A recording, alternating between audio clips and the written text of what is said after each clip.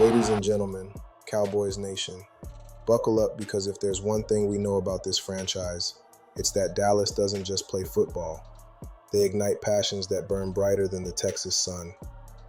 Imagine this, America's team, with all their glory and grit, staring down a season that's felt like a roller coaster in a thunderstorm. A heartbreaking 27-17 loss to the Jacoby Brissett-led Arizona Cardinals in Week 9 drops them to 3-5-1. And just when you're catching your breath on that Week 10 bye, bam, news hits like a blindside blitz.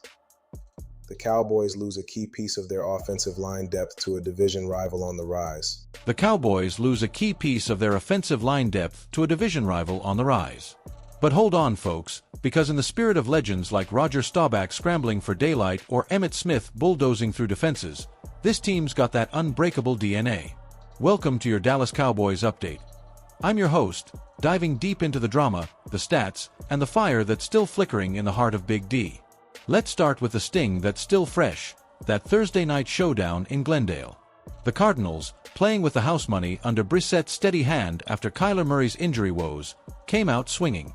Dallas hung tough early, but Arizona's ground game chewed up 142 yards on the dirt, and their secondary picked off those uncharacteristic Prescott lobs.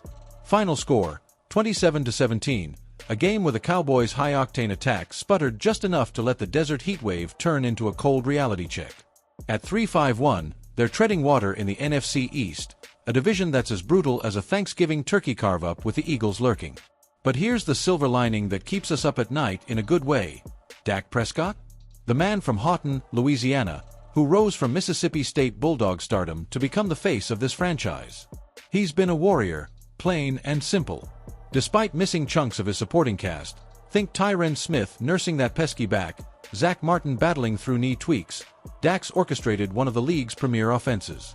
We're talking 378.4 yards per game, good for fourth in the NFL, a testament to his quick release and that laser arm that's thrown for more yards than a cross-country road trip. Stats don't lie, 228 completions out of 329 attempts, 2,319 yards through the air, a baker's dozen plus 4 touchdowns, 17 in total, and just 6 picks. That's efficiency, folks, the kind that echoes Tom Landry's innovative shotgun formations back in the 70s, when Dallas first earned that doomsday defense moniker. Dak's not just slinging it, he's adapting, scheming with Kellen Moore's play calling to keep CeeDee Lamb feasting, over 800 yards already, dancing like he's in a Beyoncé video out there, and Micah Parsons terrorizing from the edge, even if the D's given up too many chunk plays. It's the yin and yang of this 2025 squad, an offense that could light up AT&T Stadium like a 4th of July fireworks show, but a defense that's been leakier than a screen door in a hailstorm. Now, let's talk about the gut punch that landed Tuesday, right after the bye week vibes were supposed to heal some wounds. Jaron Christian Sr., yeah, the senior, because this guy's got roots deep as the Red River, got scooped up by the Denver Broncos off the Cowboys practice squad. Signed straight to their 53-man roster, leaving Dallas thinner than we'd like up front. Christian's no stranger to the grind. A third-round steal by the Washington Commanders back in 2018 out of Louisville, where he anchored that offensive line like a young Nate Newton in his prime.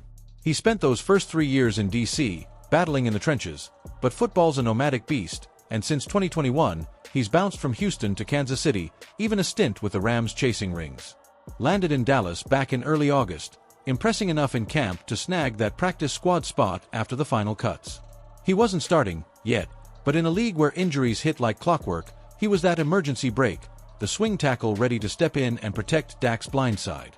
The Broncos, oh, they're loving life at 8-2, perched atop the AFC West like Sean Payton on his high horse. They waved wide out Michael Bandy, a speedster who couldn't quite catch lightning in a bottle, and shelved inside linebacker Kareem Reed on IR to make room. It's a savvy move for Denver, bolstering their line with Christian's 6'5", 320-pound frame just as they gear up for those high-altitude slugfests. But for the Cowboys, this stings like losing a family heirloom.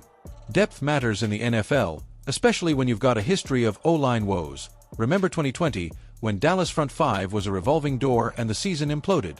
Jerry Jones has poured millions into that unit, from drafting Tyler Smith to re-signing Terrence Steele, but practice squad raids like this remind us, talent's a hot commodity and everyone's hunting. Let's break it down tactically, because as a Cowboys diehard, I live for this stuff. Prescott thrives in a clean pocket.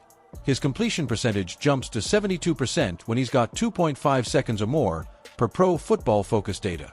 Christian, with his 78.3 pass block win rate in limited snaps last preseason, was insurance against the what-ifs. Lose him, and suddenly Week 11's Monday Night Football tilt against the Las Vegas Raiders feels like walking a tightrope over the Grand Canyon. The Raiders, at 4-5, are desperate under Antonio Pierce, with Max Crosby hunting QBs like he's got a bounty. If Dallas line takes another hit, fingers crossed on those injury reports, Dak might be dancing more than Fred Astaire in a hail of pressure. Coach Mike McCarthy's got to scheme it smart. More quick slants to Lamb and Ferguson, bootlegs to buy time, maybe even dust off some of that wildcat with Pollard to keep defenses honest.